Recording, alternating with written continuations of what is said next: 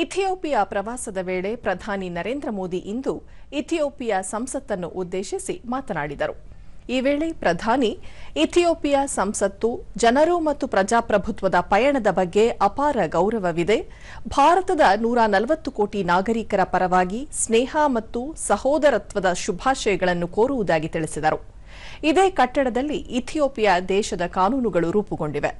ದೇಶದ ನಾಗರಿಕರ ಸಂಕಲ್ಪ ನಿರ್ಮಾಣಗೊಂಡಿದೆ. ರಾಷ್ಟ್ರ ಹಾಗೂ ಸಂಕಲ್ಪದಲ್ಲಿ ಸಾಮರಸ್ಯವಿದ್ದಾಗ ಅಭಿವೃದ್ಧಿಗೆ ಹೆಚ್ಚಿನ ವೇಗ ದೊರೆಯುತ್ತದೆ. ನಿಮ್ಮ ಮೂಲಕ ದೇಶದ ಭವಿಷ್ಯವನ್ನು ರೂಪಿಸುವ ಈ ದೇಶದ ಕೃಷಿಕರು, ಉದ್ಯಮಿಗಳು, ಮಹಿಳೆಯರು ಮತ್ತು ಯುವಜನತೆಯೊಂದಿಗೂ ತಾವು ಸಂವಹನ ನಡೆಸುತ್ತಿರುವುದಾಗಿ ಹೇಳಿದರು. ಭಾರತ ಮತ್ತು ಇಥಿಯೋಪಿಯಾ ಐತಿಹಾಸಿಕ ನಾಗರಿಕತೆಯನ್ನು ಹೊಂದಿದ್ದು, ಸಬ್ಕಾ ಸಾಥ್, ಸಬ್ಕಾ ವಿಕಾಸ್, ಸಬ್ಕಾ ವಿಶ್ವಾಸ್ ಮತ್ತು ಸಬ್ಕಾ ಪ್ರಯಾಸ್ ಧ್ಯೇಯದೊಂದಿಗೆ ಆತ್ಮವಿಶ್ವಾಸದಿಂದ ಮುಂದೆ ಸಾಗುತ್ತಿದ್ದೇವೆ.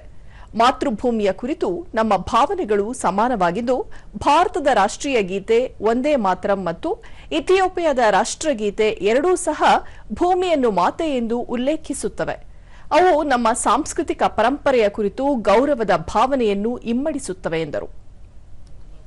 Greatest gift to the world. In an Ethiopian coffee ceremony, people sit together, time slows down, and friendship deepens.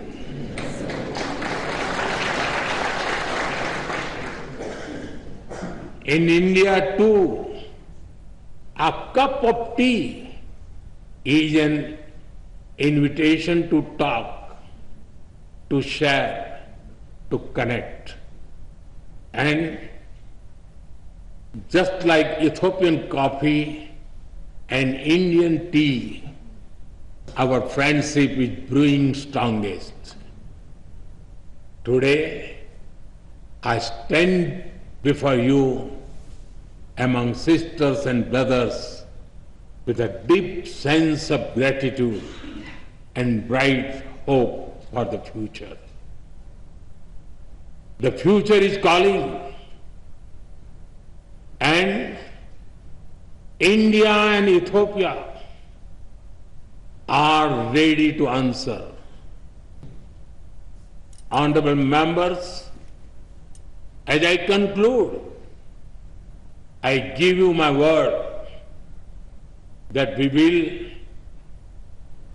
work together as equals.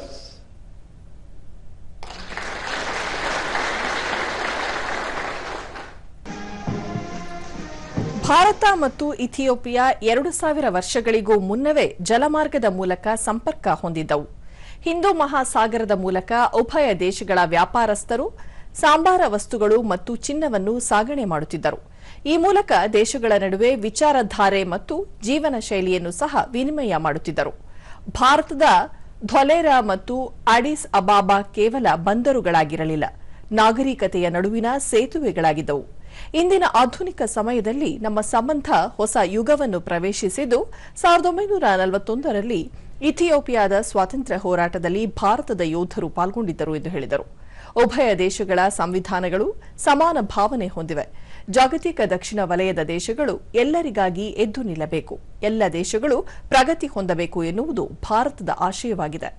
ಭಾರತದ ಡಿಜಿಟಲ್ ಮೂಲಸೌಕರ್ಯವು ಸರ್ಕಾರಿ ಸೇವೆಗಳನ್ನು ತಲುಪಿಸುವ ಮತ್ತು ನಾಗರಿಕರು ಅವುಗಳ ಲಾಭ ಪಡೆಯುವ ವಿಧಾನವನ್ನು ಬದಲಿಸಿವೆ ಎಂದು ಹೇಳಿದರು.